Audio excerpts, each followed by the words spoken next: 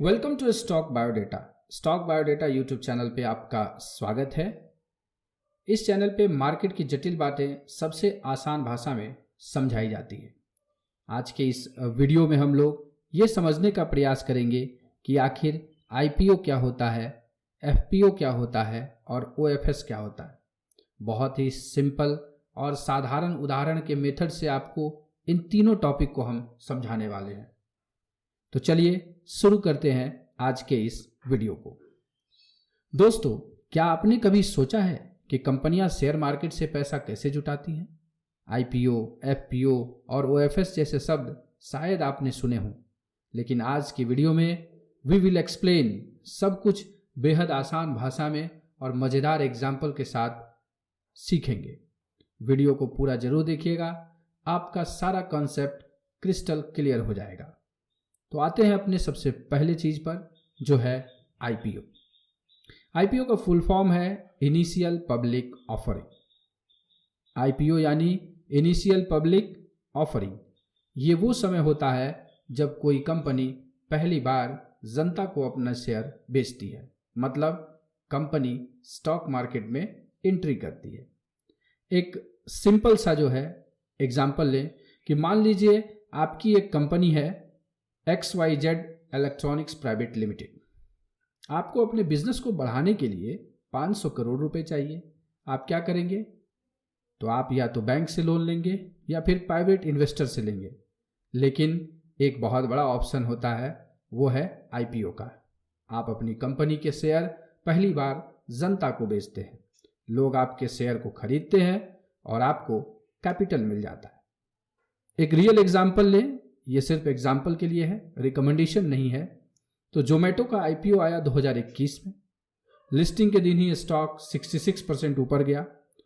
लगभग 2.1 लाख करोड़ रुपए से ज़्यादा का डिमांड आया, और ये बताता है कि आईपीओ में लोगों का इंटरेस्ट कितना हाई होता है।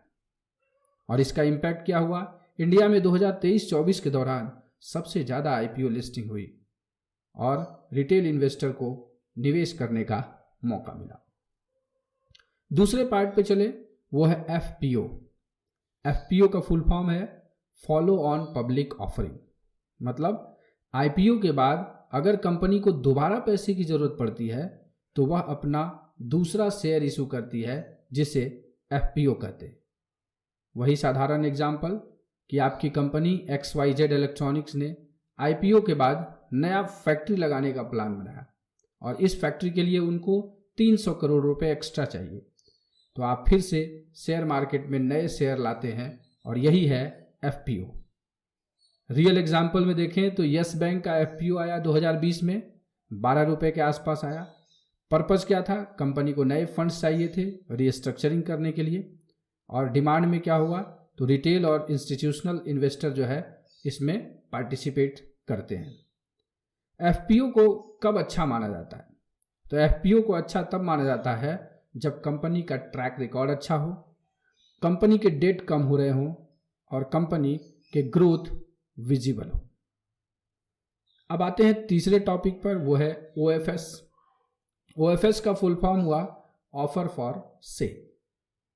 ओएफएस यानी ऑफर फॉर सेल।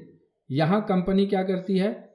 यहां कंपनी पैसे रेज नहीं करती है, बल्कि कंपनी के प्रोमोटर्स अपने शेयर बेचते हैं। फिर सिंपल एग्जांपल में देखें तो XYZ इलेक्ट्रॉनिक्स के फाउंडर के पास 60% शेयर हैं और उन्हें कुछ पैसा चाहिए या अपनी होल्डिंग कम करनी है, तो वो अपने शेयर बेच देते हैं, जिसे ओएफएस कहा जाता है। रियल एग्जांपल में देखें तो LIC का ओएफएस आया था। सरकार ने अपने कुछ शेयर्स जनता को बेचे ताकि वो अपनी होल्डिंग कम कर सके। और ओएफएस के लिए एक फैक्ट है कि ओएफएस केवल टॉप 200 कंपनियों में अलाउड है सेबी रूल के अनुसार, और ओएफएस में 10% हिस्सा रिटेल इन्वेस्टर के लिए रिजर्व रहता है। तो ये हम लोगों ने देखा आईपीओ, एफपीओ और ओएफएस को। एक क्विक कंपैरिजन कर ले तो आईपीओ कंपनी लाती है, पहली बार शेयर जारी करना होता है तब, और इसमें कंपनी पैसा पाती है।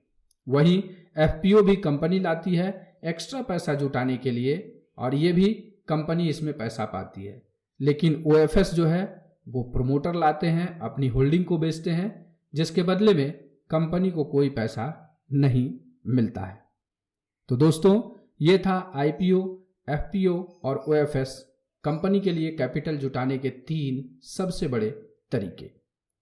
एज एन इन्वेस्टर आपको समझना जरूरी है कि कौन सी ऑफर में कंपनी फायदा उठा रही है और कहां प्रोमोटर अपनी प्रॉफिट बुकिंग कर रहे हैं। अंत में, अगर आपको ये वीडियो आसान और एक्सप्लेनेशन पसंद आया हो तो लाइक करिए, शेयर करिए और स्टॉक बायोडाटा चैनल को सब्सक्राइब कर लीजिए ताकि स्टॉक मार्केट को आसानी से आप समझ पाएं। Thanks for watching this video.